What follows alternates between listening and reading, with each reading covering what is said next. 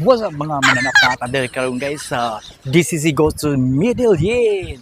Because guys natin advocacy dito karon na atong ginabuhat is to maintain and balance the COTS. Atong ginatawag nga crown of thorns starfish. Muna gitawag mga piste dito guys sa dagat nang mo-absorb guys sa kana betong mamatay mga corals no. So excited na kay mo natakad ron diri sa middle yin sa inyo nakita din sa akong background guys no. This is actually the fantastic island. Wow. So pretty sure nga excited na kay mo guys ay na mo pagilugay-lugay. Aras na. So, may hapon guys, we actually have our marine biologist diri sa DCC. Okay, so, sir, kung saan kayo yung name mo, sir? Ako rin si Paulo Paclibar from Consolacion and a member of DCC. Sir Paulo, kanang dugay na ka-member sa DCC? Actually sir, this year adyo ko na member kay met Ma'am Ludi atong founder from mutual friend. So, Okay. pag-mention niya nga nade siya ka ng voluntary club aning pag-clean up. So, layo man po din ng weekend at least. Na po yung mga Exactly. Yung connected sa imong profession, sir. Kaya you're a marine biologist for how many years, sir? From many years po. Ano sir, graduate ko mga 2023. So around 3 years almost. Gino kayo na po day? Yes. Okay. Sir, kanang, I believe, sir, ba, sa ato nakita gani our activity ba? Okay, of course, nag-government ta. Dugay na ni siya, sir, imong advocacy is to maintain the balance. Yes, sir. So, maintain the balance of those COT. Yes sir. Actually kani mga COT natural predators ni sila sa itong mga corals. So overgrow po na itong corals nani sila para ma-keep in check po ang population sa itong corals. Just so happens nga ngarong panahon ang mga stressors sa itong mga corals dili raman kani mga COT apil na ta itong mga unsustainable na itong mga fishing practices natin mga trolling no ma-damage po sila plus kaning ocean acidification karon tungod sa kaning global warming no maglisod na sila og build silang mga exoskeleton so in danger na po na itong coral so daghang kay silang stressors apil po ning crown of thorns starfish so at least natay ginabuhat nga ma-minimize ang kaniya itong mga stressors one of those is kanang crown of thorns starfish. Okay, that's good. For how many years na ni mo, sir, ginabuhat na? Advocacy. Kaning crown of thorns starfish recently na dyan. Recently. Okay. Sa mo sa una wala mo gud mi sa mo ang college no. Wala mi equipment. Karon nga nisod kog DNR ang DNR mo gud na ay kanang research na arm katong Fair Deck no. Sila nag-develop anang pag-inject og vinegar sa to ang okay, that's good. Although kana siyang initiative sir na dyan sa uban countries po ni murag sila pa nag Fair Deck po mismo nag-introduce diri sa Philippines. Sila yung nag-study. Okay. And sir, last question, sir ba? Ang katong murag blue something liquid. Yes, sir. Is it when we inject it sa dagat, sir, underwater? Is it safe ra ba sa safe siya, corals sir. and Katong blue liquid na to, sir, it's just vinegar. No, vinegar easily dilutes sa kanang seawater. So, once mo enter siya sa tubig, mo dissipate na siya, mawala na siya. Katong blue, harmless na siya nga food coloring na sir kay para. Okay. Ang purpose atong food coloring is makabalo ta nga successful atong pang-inject. masad. Kay ug mo injecta Nga may color. Walay color pasabot ana successful kay nasa sud sa to ang starfish. True. Pero ug inject na to niyan mo kuan mo kita na mo spread. Sabot ana nilusot na to ang kuan. Exactly. Oh. So more day kuan purpose atong na color blue siya. Pero kato siya sir pure vinegar adto. Okay. Sige. Sir, kanang thank you so much for your time and mo advocacy po at the same time. Sir, last na lang sir nga kanang people nga ganahan pod about the DCC and would love to volunteer po sa inyong ginabuhat about to balance sa mga COT something na pwede na to sa invite, sir? Yes sir, kay purely voluntary ra jud siya nga group no wala tay membership fee wala tay. Wow. Message lang sa group ug ganahan mo magpa-member na ara si Ma'am Lodi siya man ato ang founder tara po magpasulod sa katong ato.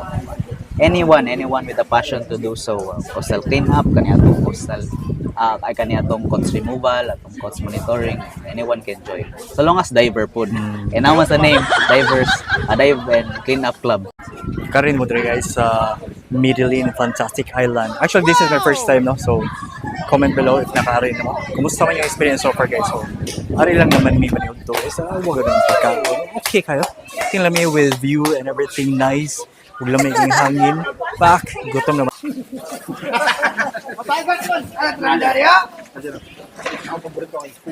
So, karon guys, actually naata karon sa Woody's Beach Resort.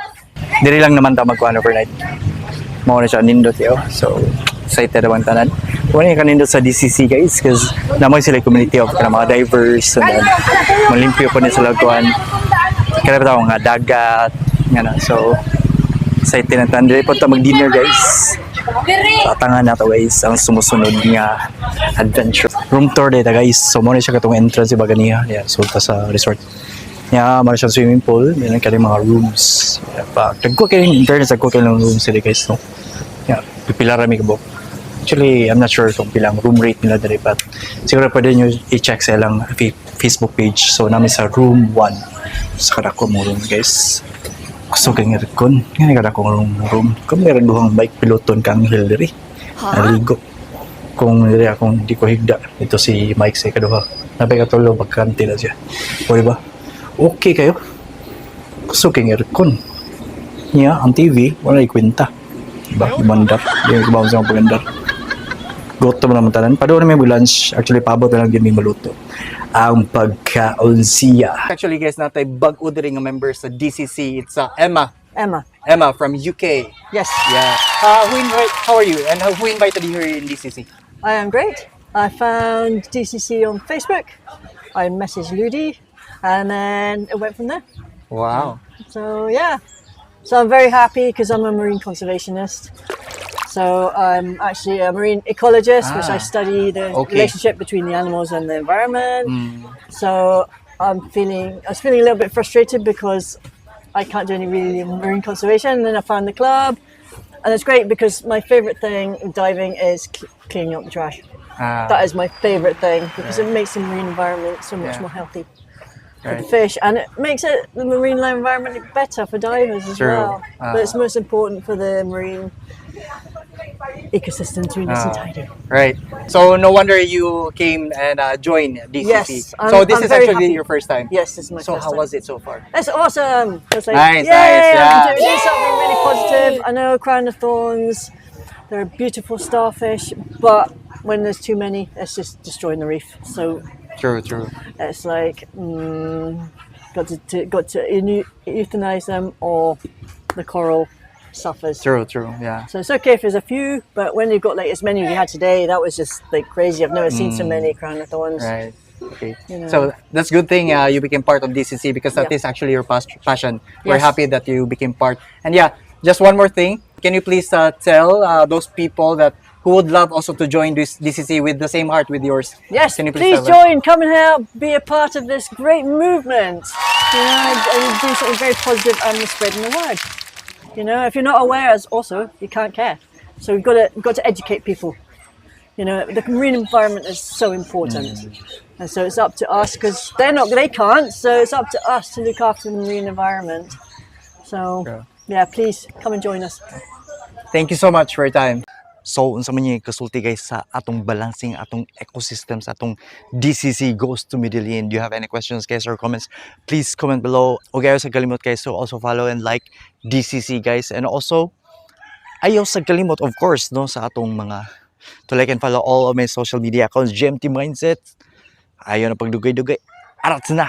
Oops, wait, there's more. Actually, natay daghan pasalamatan guys. Thank you to our major sponsors guys. Of course, City Times Square, Mactan, Araneta Academy Incorporated in Bugo and Medellin, Mactan Scuba Dive Center, Tom and Tom City Times Square, Mactan. Of course, Novelino Wines, the #1 wine in the Philippines. Wow. Egg, Lutong Inato, AIP Consumer Goods, Calliope Water Refilling Station. DCC